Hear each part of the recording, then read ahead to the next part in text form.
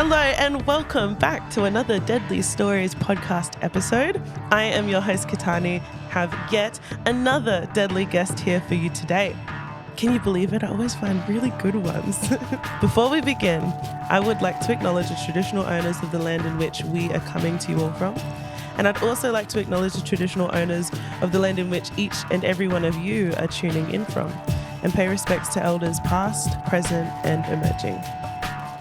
Now, let's jump right into it. We have a very special member of the First Nations business community joining me here today. So without further ado, would you please introduce yourself, your mob, and your business? Thanks, Katani. I'm Laura Thompson. I'm a Gunditjmara woman. I'm co-founder and CEO of Closing the Gaps, and we're an Aboriginal social enterprise and B Corp. So, first question, could you share with us a little bit about your background and your journey leading up to establishing Closing the Gaps? It's quite a story. It started back in 2020. Everyone remembers 2020 because of lockdowns and COVID. And it was also when we had the rise of the Black Lives Matter movement here in Australia after the murder of George Floyd. So I'll take a step back before that. I have a master's in public health and I was leading healthy lifestyles team at the Victorian Aboriginal Health Service. Yeah, so that's what I was doing. I usually ran around at community events here in Victoria, dressed up as a carrot, saying, eat your fruit and veggies, doing lots of stuff around smoking cessation in communities, activating groups of people to lead healthier lifestyles. We're entering teams in marathons and doing all, I spent my life in black tights and a running singlet. That was me. And we're really, really good at it. And I started to think that when I started to look at my approach to work, I realised perhaps I wasn't a public health professional, but I was more of a health entertainer. And I was really good at bringing people together and had no issue with having events and everyone coming, because I like to have fun, but also create environments where people can thrive. And in the health promoting environments that we created, we always made it so the healthy choice was the easiest choice. So we pulled the vending machines out of co-ops. Lots of people didn't like me for that. And we put gyms in the meeting room, all of that. So everywhere you went, I put on the bottom of the stairs, I'm getting excited about health promotion again. I'd put at the lift, why don't you take the stairs? And people were like, tell Laura in her notes to go away, And my family, the Thorpes and the Browns, and they were really influential in starting Aboriginal community controlled health services here in Fitzroy. And I was, a vase baby.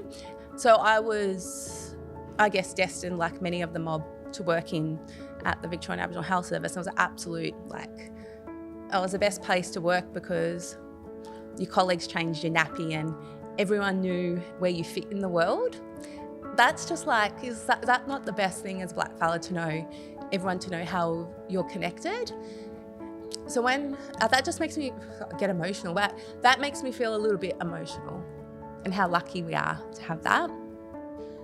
And because I was in such safe black spaces, pretty much working with my family and cousins, extended family, I hadn't really stepped outside of that.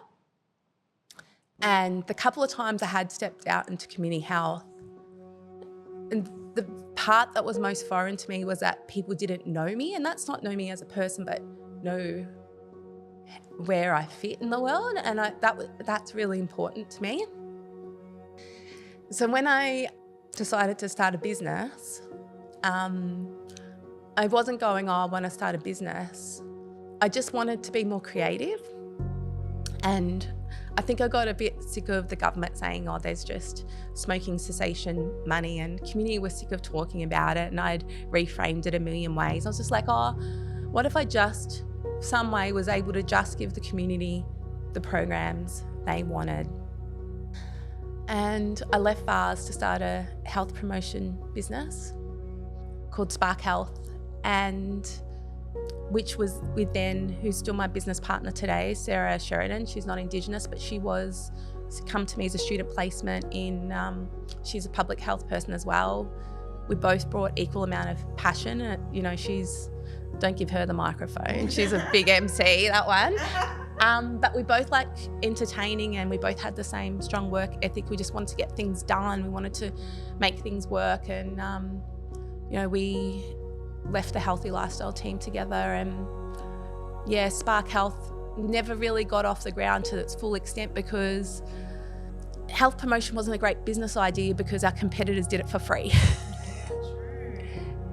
And what we sort of thought was maybe if we sold enough t-shirts, and we were always creating t-shirts because we were creating running singlets for Mob who participated in our program. So if you went to 6 out of 8 sessions, you got a running singlet. It was basically a bribe. But we have been creating merch for a while. It's just that when Clothing the Gap sort of started, it went from more of an Aboriginal design artwork piece to a streetwear feel. But the idea was always, let's sell a little bit of merch and let's help fund the activities, the health promotion activities at Spark Health. COVID hit, and all those health promotion programs that were running in the prisons, in Aboriginal communities across Victoria, because once we were free of the constraints of government, we got subcontracted to a lot of the AMSs. So we were working directly for AMSs as I guess, activity leaders.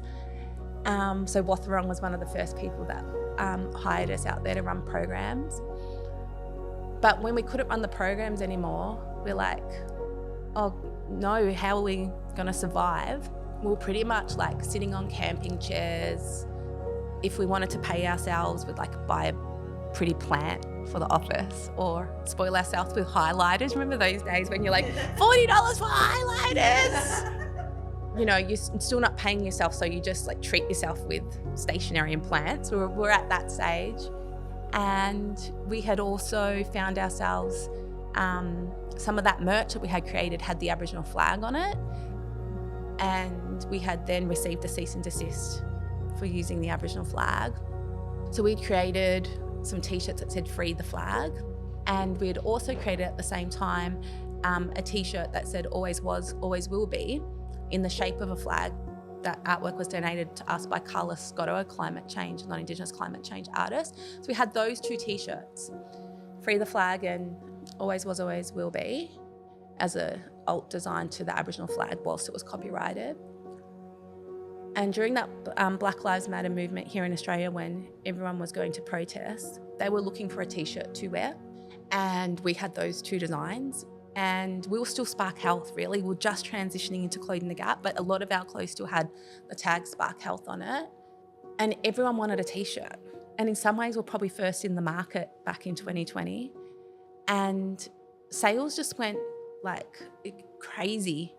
And then I did something, I always talk about this, that I don't know, I was almost overwhelmed with how many people that wanted a t-shirt. And it wasn't like cool, like, yay, we're selling so many t-shirts, because we didn't actually have the t-shirts to sell, right? It was like, why do you want a t-shirt now? And do I really want to be the person to provide you this t-shirt when, blackfellas have been here for a very long time, and now you're just starting to realise that there's a problem here, and now you're going to go to this protest, and this like allyship beyond the trend was really hit me hard. So I thought, well, I know what I'm going to do. I'm going to go into Shopify and I'm going to press this button that says, continue to sell these t-shirts when out of stock. And that's how we raised capital for Clothing the Gaps, basically. We sold things we didn't have. It's kind of illegal. It's in the past. It's in the past. In the past. And people were patient and people waited.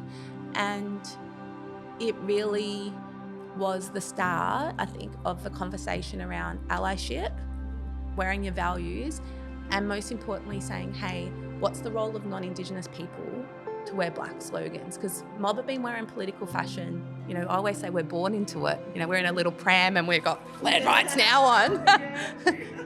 But what's the role of white fellas in wearing that? And I think we sort of did open this floodgates to say, hey, it's okay, you can wear that tee. We want you to share this we call it the colonial load. That's your load. You go have those yarns. Don't put it back on us to do this. This should definitely, not even be shared, but sit on. This is your responsibility. You caused this. That was sort of a pivotal moment in Closing the Gaps, where we started to realise, hey, there's this power of there's a power of a tea, and then we've just sort of grown from there.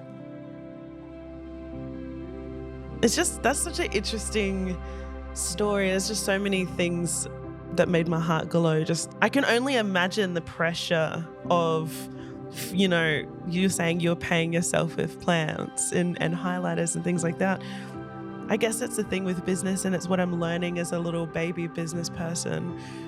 When that success moment happens, or when it works, and for you it worked big.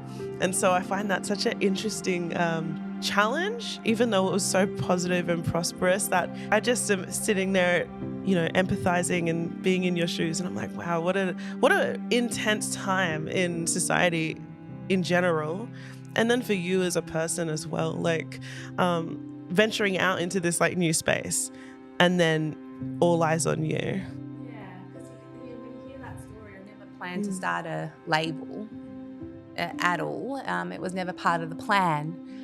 But it all makes sense now when I reflect on it, because you think about it. Here I am saying, I don't want to leave my family at bars. But now I've created a black business where I just employ my family now. Yeah, true. So, this is the cool thing. This is why I love business, is that we can create our own safe black spaces. So in lots of ways, even though my nervousness around leaving my family at work, I've recreated that in business. And, to any of the mob that are listening, that is the ultimate. And it is the ultimate in our self-determining what our futures look like, and to be free from the restraints of government funding and philanthropy, which was the reason why I left government, was to be able to provide what I thought mob wanted, free from the constraints. And it's we're still a small business and it's still difficult, but that self-determination is like I've never ever experienced it in business before. It would make it very, very hard for me to ever go back into any sort of funded sector to try and convince someone that it's a good idea. I had that yarn too, and you're like, I'm doing the podcast and no one's stopping me, and I'm looking at you, I'm like, that's great. There is so much that, we want to do that we know that's going to work. And when you're in business, you can just sort of run with that stuff too. The other thing I learnt was health promotion was the perfect ground for a brand. Because when we think about health promotion, it's all about short, sharp messaging, like drink water, you mob, or slip, slop, slap, or there's probably lots of other things that people come to mind. And they're just not words. Those slogans come with a responsibility to create an action, a behaviour change that leads to a transformation in some way. And certainly when someone who had lived a life of slogans, do the thing, change your behaviour, let's get better, let's create a community that supports that behaviour, right? That's essentially what the t-shirts did. It was like, free the flag, always was, always will be, no pride in genocide. Learn that, do that. How can you then take actions in your everyday life that supports that slogan now that you're wearing, that you've got a responsibility, not just wear it, to do the things that support that, to create a better social outcomes and social justice for First Nations people here. So in lots of ways, that sort of entertainer, health promotion, background, is the perfect creative background to do merch with a message. Just for any of the listeners, I was saying right before the interview that I was always curious when it came to Closing the Gaps. Where did it begin? Did it begin in design and fashion and that area, or did it begin somewhere else? And we just learned where it began. Is there a particularly memorable project or collaboration that you could tell us about where you felt your work made a significant impact, or that had a significant impact on you? There's so many projects. But look, I'm going to just touch on one, and that was our campaign around freeing the Aboriginal flag from the copyright restrictions.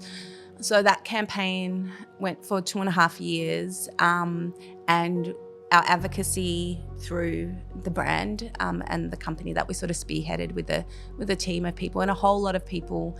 God, I don't know how many people end up signing that petition now. Would you be able to take us back to what, if, for anyone that doesn't know what happened, why was our flag in legal strife? It was an interesting case study internationally, because the Aboriginal flag is a relatively new flag designed by Harold Thomas, a Laura Thompson, and the copyright sat with him. But then the flag was proclaimed as an official flag of Australia. So essentially that flag also sat as part of the Commonwealth Flags Act. And it was that conflict between something that was privately owned, but also was also a national official flag of a country, that created the copyright conflict. And it meant that if you wanted to use an official flag of Australia, you had to then contact the artist and get permission and pay for it. Now, there had been no other examples of that in the world, of flags that sort of sat in private ownership and also sat as part of an official flag of the country. I think once we got the cease and desist for using the Aboriginal flag and not asking permission or paying to use it, we sort of raised awareness of, hey, this is actually, like, if you want to use the flag that we thought belonged to all of us, in fact it doesn't. The copyright sits with Harold, and that there's it's so complicated because Harold designed the flag. It does, essentially, it's his artwork. It was, and there's no issue in that. It was the fact that it was also an official flag of the country, and that people just assumed that they can use it and they couldn't. And the person Harold had decided to license the flag to was a man called Ben Wooster, who was also found guilty of copying Aboriginal artwork. Oh, yeah. He was also someone who had exploited Aboriginal people, being found guilty of it, and this was the person that we're now paying. And obviously Harold got royalties from that, but Ben had the licensing agreement for the Aboriginal flag. And I think once we learnt who then who was also benefiting from our pride of the Aboriginal flag, everyone got really upset, and lots of people decided that they were just sort of almost going to boycott the Aboriginal flag until it was freed. And certainly the whole idea of the Free the Flag campaign was that we see more Aboriginal flags in the world, not less. But this is one of the unexpected outcomes. But in fact, by advocating to free the flag, lots of people stopped using it. The AFL stopped using it because no one wanted to pay anymore. And they were paying before, but they sort of knew, like, every time someone paid to use it, sort of defeated that whole conversation around why public symbols should be free for people to use. And then we had a Senate inquiry, and then eventually the government, rightfully so, paid Harold for that design. And now that design's free in the world for anyone to use. And there's like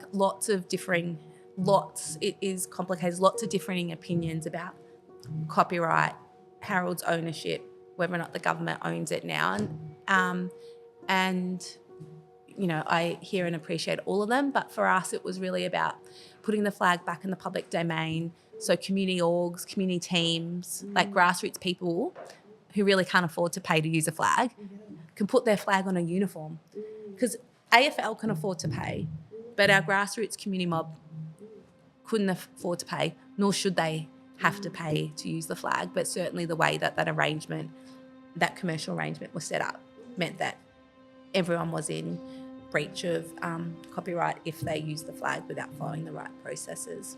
Yet again, here you are helping change history and make new milestones for our history. Once I knew that the AFL wasn't going to use the Aboriginal flag for Indigenous round in the centre of the circle, I was like, you just don't get to not include the Aboriginal flag in the centre circle without telling people why.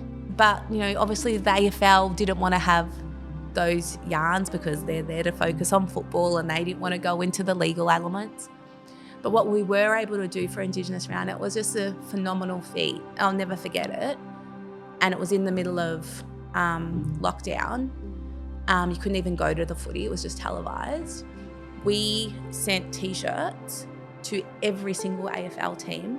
They wore the Free the Flag team in their warm-up pre-game. And it was just like, you know, we had printers all over the country making them so people could wear it. And it was interesting. And you think, how did Clothing the Gaps, sounds bigger than what it is, 3 people get every single AFL team, every single AFL player in a Free the Flag T-shirt? And it was, in some way or another, I knew one black fella in every team, a champion. They championed it internally. And then we done something a little bit cheeky. I didn't realise how cheeky it was at the time. Look at me, all the cheeky things.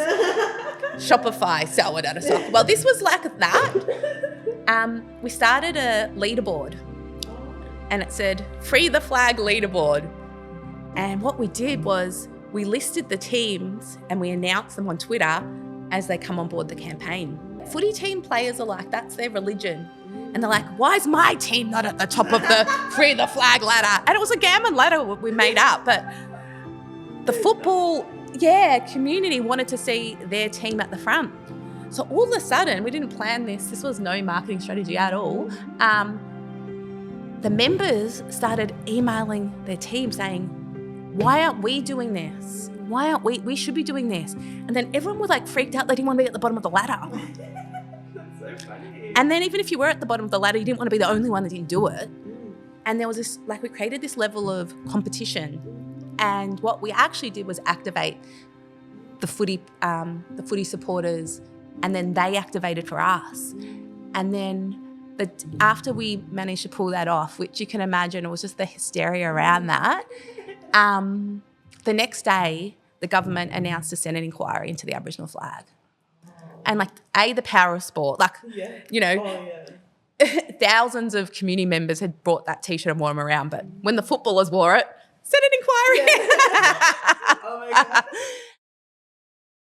Yeah, that was really a pivotal moment. I decided I was going to say, and we certainly shifted our health promotion focus now, because we've seen the ability for clothes to create social change, and certainly Free the Flag was one. But the other element I just wanted to touch on was a project and collaboration I'm super proud of, was the Yes dress we created for the Voice referendum for Senator Jana Stewart, who also happens to be my sister-in-law. And the great thing about that dress was being able to create political fashion, taking it from just streetwear from a tee, and then dressing a senator for the midwinter parliamentary ball. And it was this beautiful white sort of silk dress, and it literally had the words of the Uluru Statement from the Heart and certain statements that she had wanted to elevate. And then we embroidered the word yes on that dress about 40 times, and she had this beautiful red cape. And when she stepped out into that, I knew she had the personality, really. She's just really fierce, and she's, a beautiful, muddy woman. And I knew that she could hold herself in that dress. And certainly when she wore that dress, it was like this invitation for people to say yes. It was another way to have a conversation at the time where it's like, oh my God, look at that senator. She looks beautiful. She's wearing that yes dress. So it was just another way to engage people in a conversation. Now, we spent 3 months on that dress. It got published in every single newspaper. Again, the power of fashion. Yeah. That dress created a conversation. It's yes, we sold some yes tees, and yes, we used our platform to advocate for a First Nations voice to Parliament. And the best way that we could advocate for us, this is our strength, is through fashion and dressing the right person at the right moment. Actually was really able to elevate that conversation. And in fact, it was one of the top 10 photographed moments of the whole referendum. We did that through a streetwear label. So we sit here and we talk about, I haven't spoke about T-shirts. I haven't spoke about any of those things. any of the nuts and bolts of running a business. What we've actually spoke about is social change, and my business has given me flexibility and freedom to be able to, make a dress. Lucky for my sister-in-law that made a difference, and I guess that's, that's a real highlight for me too. So, oh man, I'm just like living vicariously through you. I'm getting excited as if it's just happened right now. I remember one of my really close friends, they're non-Indigenous, they couldn't understand why I was literally crying at the result of that. And I kind of surprised myself because as horrible and devastating as it was interesting because I was thinking about it, always trying to do a positive spin on it. And it's like, well, you know what? We've never needed anyone's permission. A lot of these moments that you're talking about have made such massive change, and you just did it, from your heart. You didn't need no permission. You didn't need any of that, and you did it, and it made such a difference. It made history. I was going to say I know, but I was going to think someone said talking about entrepreneurial spirit for harnessing social change. I went to this yarn. I said, I've never ever called myself an entrepreneur, and I thought, why? I said, if I was to describe myself, I'll describe myself as impatient. Yeah, I love that. And I just want to do the thing, and I want to do it now, and I want to make it, and I want it to be noticed. And I guess that's when you're when you are someone that has in some ways likes to entertain. And the last thing I always say I want to be is boring. Like if I've got the opportunity to hold space, I want to engage people in it. And certainly that dress engaged people. So that mindset of, let's do it now. If we don't do it now, we're going to miss the moment. We're going to miss that actual opportunity to create that difference. And business gives me that, I guess, that agility, and not being funded gives me that voice and freedom to, when we need to actually create petitions that actually hold the government accountable. So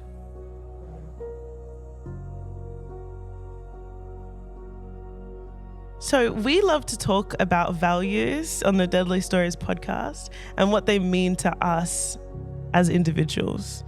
In the past, I've asked people about their thoughts on values like leadership. What does that mean to you as an individual? Self-determination, innovation. But the value that I would love to hear your perspective on is advocacy. What does the truest form of advocacy really mean or represent to you? It's been advocacy, education, celebration, and a new value we're sort of playing with. It's always been part of it. Your values are, I guess, intrinsic to you is give back. Advocacy, I think it sits at the core of who I am as a person and who the brand is. For me, it really shows up in the products that we create. Like we don't create any product that doesn't have an action piece attached to it.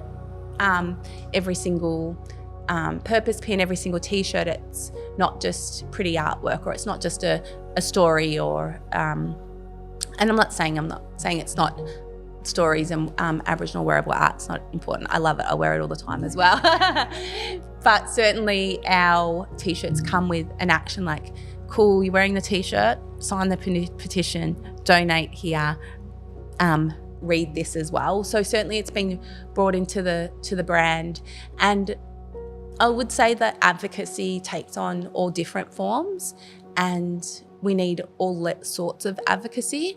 And my contribution and the brand's contribution to advocacy for better futures for First Nations people is about creating fashion pieces and fashion moments that allow people to spark conversations in their world. Like we provide the merch with a message that sparks conversations all over the world. And the best people to advocate are your peers. So those yarns that, you know, we saw it a lot with the referendum, that non-Indigenous people had with their parents, that actually they're the best people to advocate why they might vote yes. Like, the biggest influences are our peers. So if I'm able to arm as many people with a conversation starter, then they can go on and influence their circles better than what I can, because they understand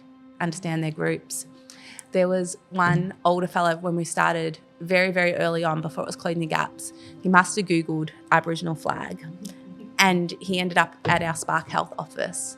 And I said, look, mate, we don't sell Aboriginal flags. We're like freeing the flag right now. And he goes, well, I need something to wear. And I said, well, you've got Free the Flag tee, or you've got Always Was, Always Will Be tee. And he said, well, I'm going on this Jan Australia Day barbecue. And I want to be at that event wearing something. So he brought an Always Was, Always Will Be tee. And I was like, I never expected that older, you know, non-Indigenous man to come in, be so purposeful. I need a tee. I'm not going to that Australia Day weekend unless I'm wearing this T-shirt and having this conversation. I'm like, we've just armed him. Like, imagine what he's going to be saying to his friends and mates at an event. I don't want to be there. I do. Oh, you do? Maybe watching. Oh, I'm scared, but I'm thinking, imagine what they say. But it was just like he's reducing that load and that burden. He's carrying that conversation. He's educating his friends. He's listening to those, you know, probably racist responses, and he's counteracting them.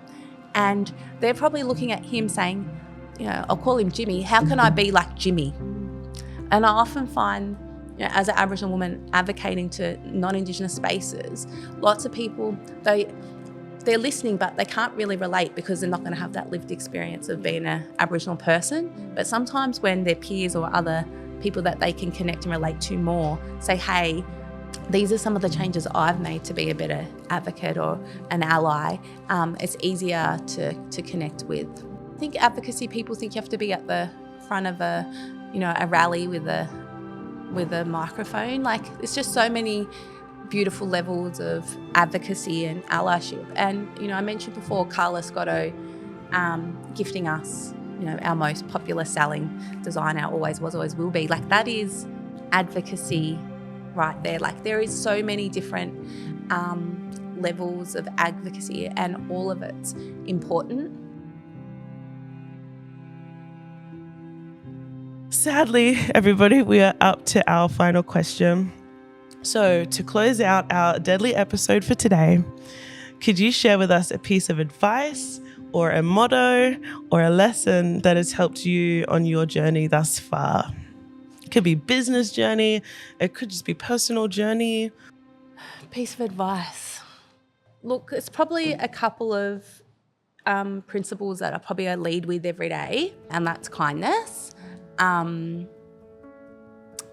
think we can, leading with kindness, actually in lots of ways helps you get things done, because it helps you build relationships with people. It helps you understand where people are at. So that would be the first thing. I'd say work to people's strengths. A lot of the staff that we've got, they might get employed for one thing and they end up doing another. So like really being able to notice, like, what are those gifts? What are those bits of gold that other people bring? And then how do we benefit from that, and how do we get them to do what they're really great at? So I think that's probably one of my strengths, is being able to say, you know, Katani, you started as a receptionist, but you're a great podcast host. So, you know, how do we then... Did you hear that, Donald? Great podcast host. You know, like, this could be a full-time job, but like, I'm able to recognise those things in other people and then actually build my business off people's strengths. So there's obviously like lots of gaps in the business for the stuff that we need to do, because everyone's doing like what they love. And my third thing would be to just be yourself. And don't change yourself for, you know, for the audience that you're talking to. I think what people really love is hearing the real yarns and the your real voice. I'm a crier. It happens to me all the time. Yeah. And especially when I'm in front of audiences, especially non-Indigenous audiences, I think I'm holding a lot. And then once I let that, because I don't feel necessarily really comfortable and I think, oh, they don't know me. And then I genuinely like have a little cry and then I can relax into it. And I've just gotten really comfortable with that. I'm probably going to have a little cry. I even say it. And I'm actually fine and I'm going to get through it. But if that to stop me, then I wouldn't be where I am. So I'm just fully embracing, I'm an emotional person. I am impatient. I'm kind, I'm inclusive, all those things, right? But it's all of those, actually, it's probably those combinations of things that's made Clothing the Gap's what it is. And I think people really love the brand. I think they can see that we're not just making clothes. Because if we were just making T-shirts, I'd be bored, I'd be out. Like we're making so much more than tees. True, we're creating conversations through our clothes throughout the whole of this country that are making this place a better place for Mob. I just wish I could end the podcast right there. I feel like that's just perfect. Oh, that was beautiful. Thank you so much for everything, for I've said it I think maybe 3 times now, but I'll say it again. Thank you so much for sharing your story and your thoughts and your learnings. It's a real privilege to be able to learn that, and I'm sure I can speak on behalf of everybody listening, but thank you so much for that. Thank you so much for listening. That was our podcast with the beautiful, amazing, strong Laura Thompson from Clothing the Gaps.